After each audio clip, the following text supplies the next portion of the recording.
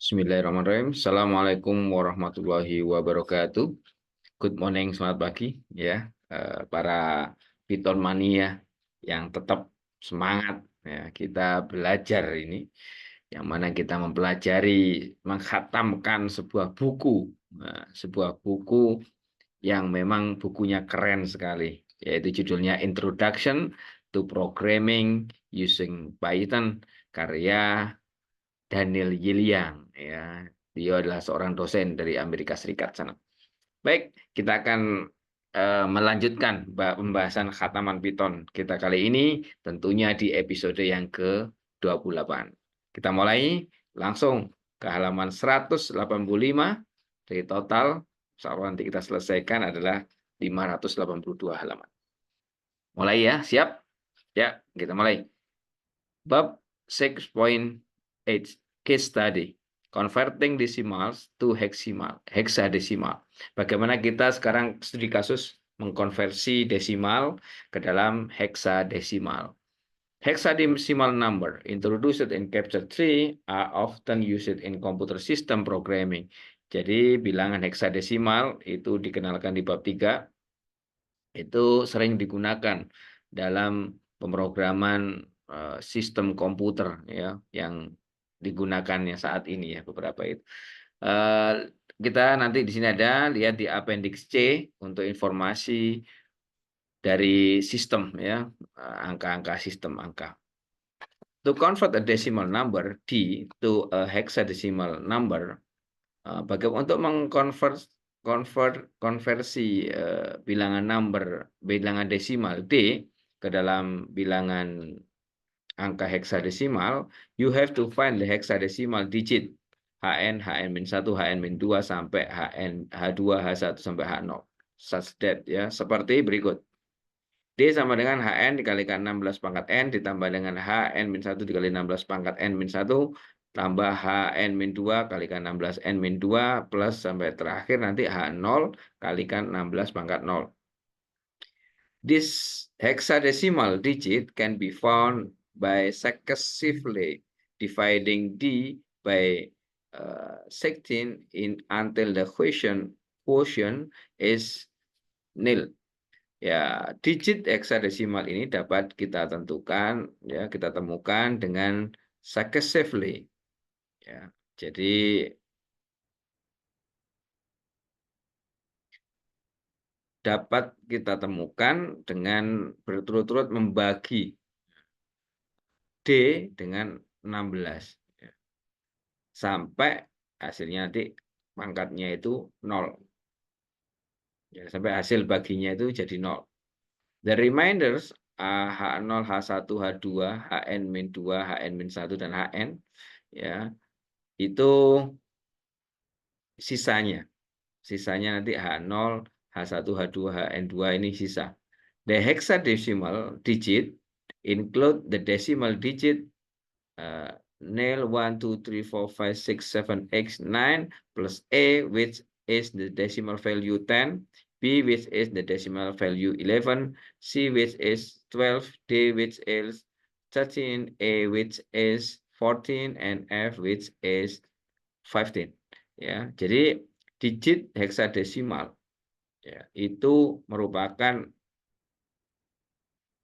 termasuk digit desimal yaitu 0, 1 sampai 9 ditambah dengan A ya, yang merupakan nilai desimal nilainya 10, B nilai desimal 11, C 12, D 13, E 14 dan F 15. Sebagai contoh, the decimal number 1, 2, 3 is 7B in hexadecimal. The conversion is done as shown below. Jadi sebagai contoh, bilangan desimal 1, 2, 3 itu adalah 7B dalam hexadecimal. Konversinya adalah seperti berikut. Jadi 7 dibagi 16 ya.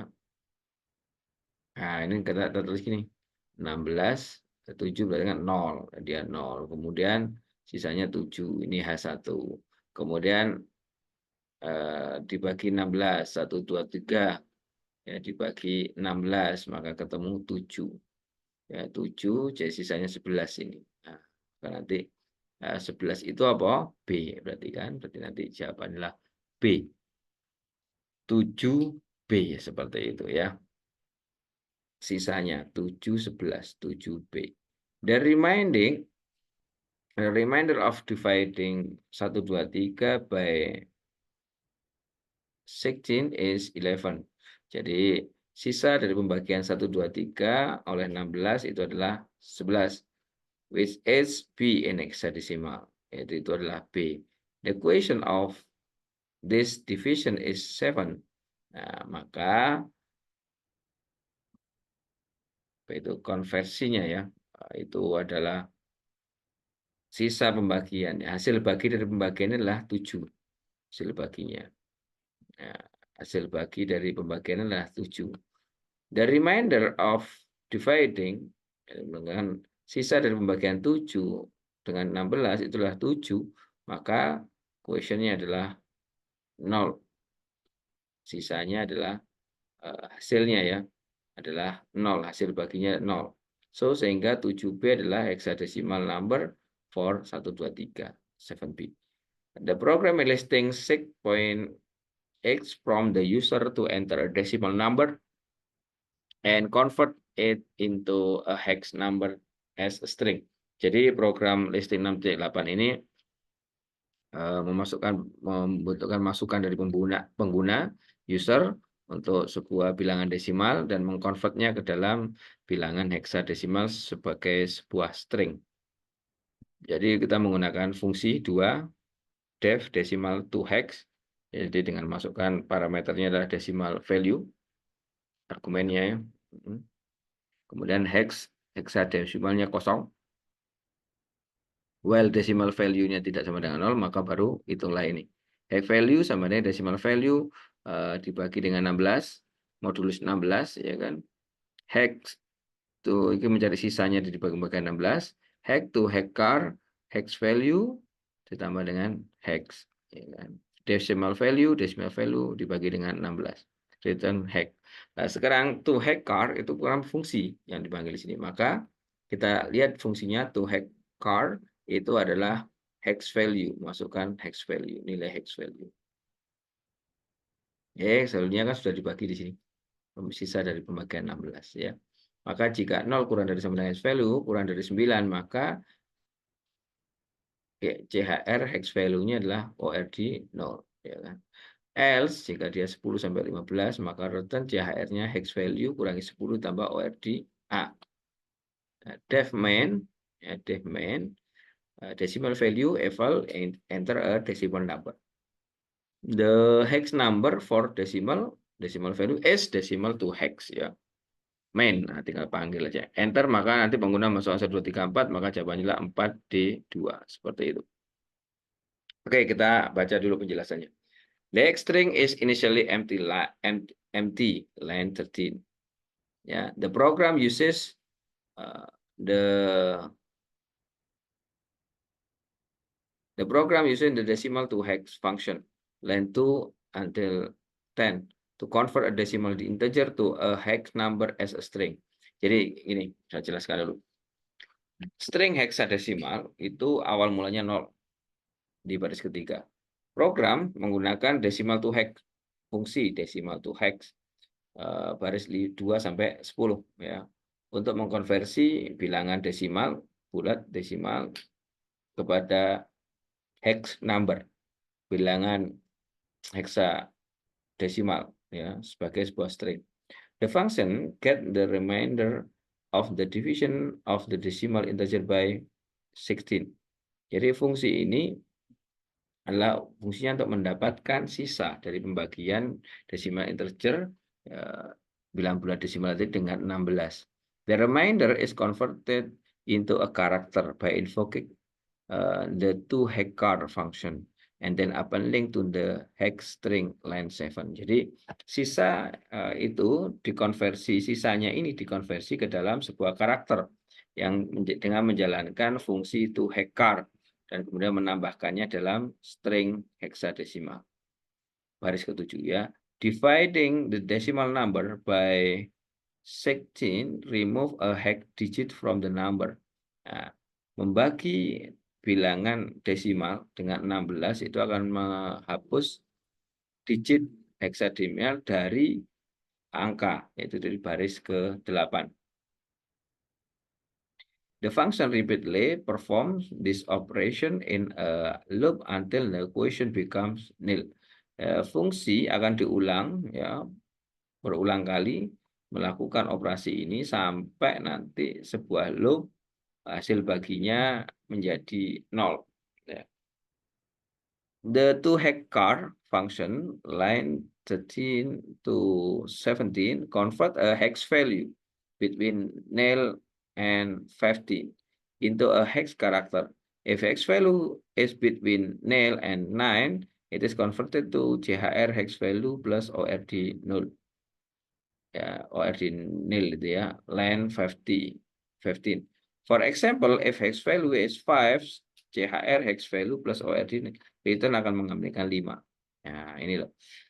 Fungsi to hex char itu mengkonversi hex value di antara 0 sampai 15 ke dalam menjadi karakter heksadesimal. Jika hex value itu nilainya 0 sampai 9, maka dikonversi dengan rumus CHR hex value tambah ORD 0. For example, untuk contoh, jika hex value-nya ada 5, maka CHR hex value plus ORD 0 itu akan mengembalikan nilai 5. Similarly, sama, jika hex value itu di antara 10 dan 15, maka dikonversi menjadi CHR hex value min 10 plus ORDE. For example, if hex value is 11. Jadi ini dikonversi dengan rumus hex value kurangi 10 tambah ORDA. Ya, sebagai contoh, jika hex value-nya 11, maka CHR hex value min 10 ditambah ORDA itu akan menghasilkan nilai B. Oke. Yes ya. Jadi sebenarnya ini kan dalam kasus dikasih latihan untuk mengkonversi desimal ke heksadesimal. Sebenarnya kalau kita masuk di dalam pembahasan fungsi, sebenarnya di sini kata kuncinya. Fungsinya ada berapa ini? Ada 3, ya kan, ada 3 fungsi dalam program ini, yaitu desimal 2-hex, ya, kemudian 2-hex char, ya, kemudian def main, ya, yang dijalankan main dulu. Jadi kalau dalam bacanya main dulu jalankan, program jalankan, jalan nanti ke fungsinya. Dia memanggil desimal 2-hex, desimal 2-hex dia memanggil 2-hex char. Oke ya, seperti itu. Baik, 6.9 kita lanjut. Scope of variable. Jadi ruang lingkup variabel. Chapter 2 introduction the scope of variable. Ya, the section discuss the scope of variable in the context of function. A variable created inside a function is referred to as a local variable. Local variables can only be accessed within a function.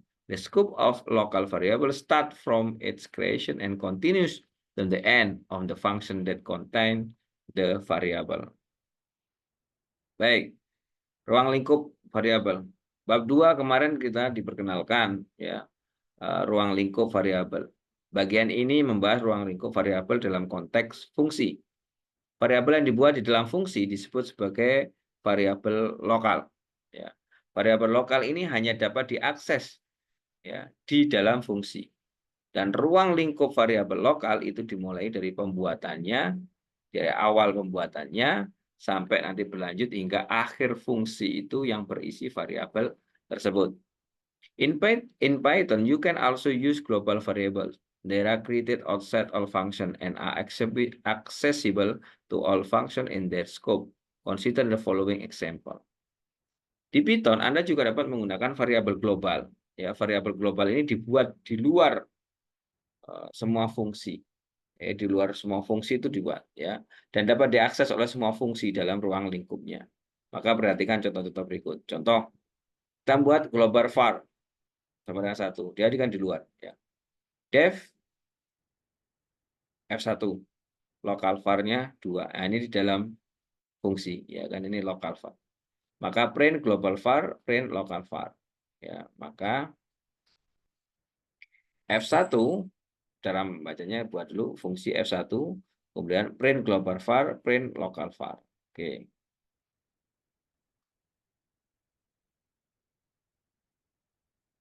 Ya.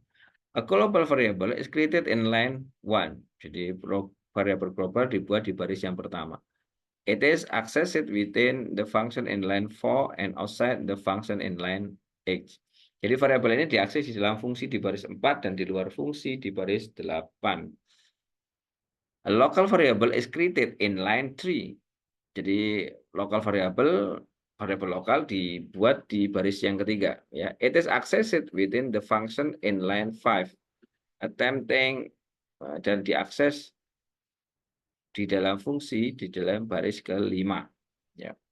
Attempting to access the variable from outside of the function cause an error in line 9. Jadi nanti ketika kita mencoba mengakses variabel dari luar fungsi menyebabkan kesalahan tentunya di baris yang ke-9 ini. Kenapa? Karena lokal variabel adanya di fungsi F1 ini. Oke. Kalau mau coba-coba aja ya, diketik di komen prom aja. Example 2, contoh yang kedua. Ini menarik. Ya, contoh yang kedua. Here global variable X. Jadi contoh kedua X-nya sama dengan 1. Fungsi F1 X sama dengan 2 dimasukkan. Print X. Maka dia akan menampilkan 2 di sini. Ya, karena X-nya yang punyanya F1. Tapi ketika F1 dijalankan, print X, maka dia akan menampilkan X1. Yang X yang global variable. Here, a global variable X is created in line 1. And a local variable with the same name X is created in line 3. Jadi di sini variabel global X dibuat di baris yang pertama. Dan sebuah lokal variabel dibuat dengan nama sama, yaitu X, dibuat di baris yang ketiga. From this point on, ya, sejak saat ini, from this point on, the global variable X not accessible in the function. Jadi variabel global X itu tidak bisa diakses dalam fungsi. Outside the function, jadi di luar fungsi, the global variable global X is still accessible. So it prints 1 in line 7. Nah, jadi kalau di sini X ini bukan yang X ini ya. Nah, X dia baca yang lokal variable. Ya. Tapi kalau yang ini dia masuk di global variable. Oke. Contoh lagi example 3. X eval input enter a number, misalkan masukkan sebuah angka. If X larger than nil, Y sama dengan 4, ya. Print Y. Maka kita lihat X itu adalah di sini variabel Y itu dibuat ya jika X lebih besar daripada 0. Jika kamu masukkan sebuah bilangan positif untuk X, maka program berjalan fine-fine saja, no problem. Tetapi if you enter a non-positive value, ketika kamu masukkan nilai yang bukan positif alias negatif, line 5 produce an error because Y is not created. Ya, ini ketika kita mau menjalankan variabel Y ini kan harus ada ketika X lebih daripada 0. Ya, tapi kalau ternyata nanti Anda masukkan minus, maka kan nggak jalan ini F-nya. Maka Y-nya jelas nggak ada. Maka ini akan error. Sampel 4, sum sama dengan 0 for I in range 5, 5, sum plus 1, print I. Di sini variabel I ya itu dibuat di dalam loop. Tambah dengan I, ya, ini kan for I in range 5. Sum plus I. Print I ya jelas ya. After loop is finished, maka is-nya adalah 4. So line 5 itu akan menambahkan nilai 4. Iya, lah ini kan dia berputar terus. I-nya 1, 2, 3, 4 sampai 4. 0, 1 sampai 4. Tapi yang ditampilkan hanya yang terakhir, yaitu I-nya 4. You can bin a local variable in the global scope. You can also create a variable in a function and use it outside the function. To do either, use a global statement as shown in the following example. Oke, menarik ini. Anda dapat mengikat variabel lokal dalam ruang lingkup global. Anda juga dapat membuat variabel dalam fungsi dan menggunakannya di luar fungsi. Untuk melakukan keduanya, gunakan statement global. Gunakan pernyataan global seperti yang ditunjukkan pada contoh berikut. Contoh 5 ini. X sama dengan 1. Def increase global X. Maka X sama dengan X tambah 1. Jelas kalau yang ini X-nya adalah yang di sini. X sama dengan X tambah 1 display. Nah, increase, nah, dia kan increase, jalankan increase kan, nanti jawabannya adalah menampilkan 2. Print X akan menampilkan 2. Kenapa? Karena dia X-nya ini jadi global. ini jadi global. Jadi sudah dijalankan jadi global. Here, a global variable x is created in line 1 and x is bound in the function in line 3. Jadi di sini variabel x dibuat di baris yang pertama dan x dibatasi dibuat kata-kata global x di baris yang ketiga. Yang mana artinya x dalam fungsi itu sama dengan x yang di luar fungsi. So the program print 2 in line 5 and in line x. Oke, perhatikan di sini. Also, global variables are allowed and you may see global variable used in other programs. It is not a good practice to allow them to be modified in function because doing so can make program prone to error. However, it is fine to define global constant so all function in the module can share them. Peringatan ya, caution, meskipun variabel global diizinkan dan Anda mungkin melihat variabel global itu digunakan dalam program lain, ya ini bukanlah praktek yang bagus ya, untuk mengizinkan dimodifikasi dalam fungsi. Ya, kenapa? Karena hal itu dapat membuat program rentan terhadap kesalahan. Ya.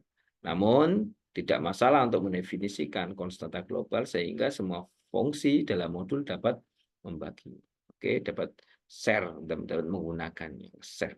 Oke, lanjut. Kita lanjutkan di 6.10 default argument. Nah, listing 6.9 demonstrate how to define function with default argument value and how to invoke such function. Ya, jadi listing 69 menunjukkan cara mendefinisikan ya, fungsi dengan nilai argumen default dan bagaimana memanggil fungsi tersebut. Ya. Default argumen demo ini print area, fungsi print area width 1, height 2. Jadi ini default ya, width-nya dinilai 1, height-nya 2. Area width height. Ketika print area kosong, maka dia menggunakan default width-nya 1, height-nya 2. Ketika dia diisi, maka dia menggunakan data yang diisi ini 4 dan height-nya 2,5. Ketika height-nya diisi, width-nya ada dipakai apa ini keyword argumen, maka dia menggunakan ini height 5, width 3 ya. Kemudian width 1,2 artinya height-nya nanti tetap 2. Height-nya diisi 6,2 maka default width-nya adalah 1. Tetap dia width-nya 1. Oke. Line 1 define the print area function with the parameter width and height. Width has the default value 1 and height has the default value 2. Line 5 invoke the function without passing an argument, so the program uses the default value 1 assigned to width and to height. Yeah. Line 6 invokes the function by passing 4 to width and 2.5 to height. Line 7 invokes the function by passing 3 to width and 5 to height. Yeah. Note that you can also pass the argument by specifying the parameter name as shown in line X and 9. Jadi baris pertama mendefinisikan fungsi print area dengan parameter lebar dan tinggi. Lebar memiliki nilai default, jadi parameternya adalah height, width, and height. Ya. Width memiliki nilai default 1 dan height memiliki nilai default 2. Baris 5 memanggil fungsi tanpa memberikan argumen, sehingga program menggunakan nilai default 1 yang ditetapkan untuk width dan 2 untuk height. Baris 6 memanggil fungsi yang meneruskan 4 ke width, 2,5 ke height. Ya. Baris 7 memanggil fungsi dengan meneruskan 3 ke width dan 5 ke height. Ya. Perhatikan bahwa Anda juga dapat meneruskan argumen dengan menentukan nama parameter saja. Seperti yang ditunjukkan pada baris 8 dan 9. Ya, yang hanya diisi width-nya saja, height-nya saja, salah satu. Oke. Baik, catatan, note, a function may mix parameter with default argument and non-default argument. In this case, the non-default parameter must be defined before default parameter. Fungsi dapat mencampur parameter dengan argumen default dan argumen non-default. Ya, dalam hal ini parameter non-default harus didefinisikan sebelum parameter default. Jadi kalau mau ngisi butuh parameter yang non-default, maka harus ditulis di awal sebelum parameter default. Kemudian note yang berikutnya, many programming languages support a useful feature that allow you to find two function with same name in a module, but it is not supported in Python. With default argument, you can define a function once and call the function in many different way. This achieve the same effect as defining multiple function with the same name in other programming language. If you define multiple function in Python, the latter definition replaces the previous definition. Banyak bahasa pemrograman mendukung fitur berguna yang memungkinkan Anda untuk mendefinisikan dua fungsi dengan nama yang sama dalam modul, tetapi tidak didukung di Python. Dengan argumen default, Anda dapat mendefinisikan fungsi sekali dan memanggil fungsi tersebut dalam banyak cara berbeda. Ini akan mencapai efek yang sama seperti mendefinisikan beberapa fungsi dengan nama yang sama dalam bahasa pemrograman lain. Jika Anda mendefinisikan beberapa fungsi di Python, definisi selanjutnya akan menggantikan definisi yang sebelumnya.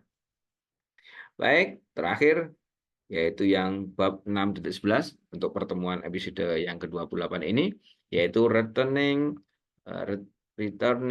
multiple value, mengembalikan nilai value.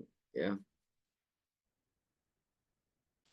Python allows a function to return multiple value. Jadi Python ini memungkinkan suatu fungsi mengembalikan nilai multiple ya, beberapa nilai. Listing 6.10 define a function that takes two number and return them in ascending order. Ya, maka listing 6.10 ini mendefinisikan sebuah fungsi yang mana menerima dua angka dan mengembalikannya dalam urutan yang naik ascending order. Ya, listing 6.10 multiple return value demo.py. Def sort number 1, number 2, maka jika number 1 kurang dari number 2, maka return number 1, number 2. Else return number 2, number 1. Ya. N1, N2 sort 3,2, range N1 is, N2 is. Oke, nanti kalau dia naik berarti harusnya 2, 3 ya. The sort function, jadi fungsi sort ini mengembalikan dua nilai. When it is invoked, you need to pass the returned values in a simultaneous assignment. Saat dipanggil, ya, Anda perlu meneruskan nilai yang dikembalikan dalam penetapan serentak, yaitu simultan assignment. Ya, jadi seperti ini. Ini harus urut nomor 1, nomor 2. Ya, jadi diambilkan yang 3,2. Tapi nanti akhirnya bisa dirubah di sini. Jadi multiple return value. Jadi boleh mengembalikan ya beberapa nilai ya, seperti itu. Jadi nggak hanya 1 atau 2 ya. Oke. Yang penting kita diurutkan aja nanti nomor urutannya ini. Nomor 1, nomor 2, returnnya nomor 2, nomor 1. Baik, itu sementara untuk episode yang ke-28 ini ya, tetap semangat. Alhamdulillah kita sudah sampai halaman berapa ini? 190 ya, 190 Masya Allah. Ya, tak terasa ya, luar biasa ini. 190 kita sudah jalani ya, 582 sampai akhir. Tetap semangat ya, insya Allah bermanfaat karena Python itu mudah, Python itu simple, dan Python itu menyenangkan. Saya akhiri, wassalamualaikum warahmatullahi wabarakatuh. Sukses buat kita semuanya. Amin.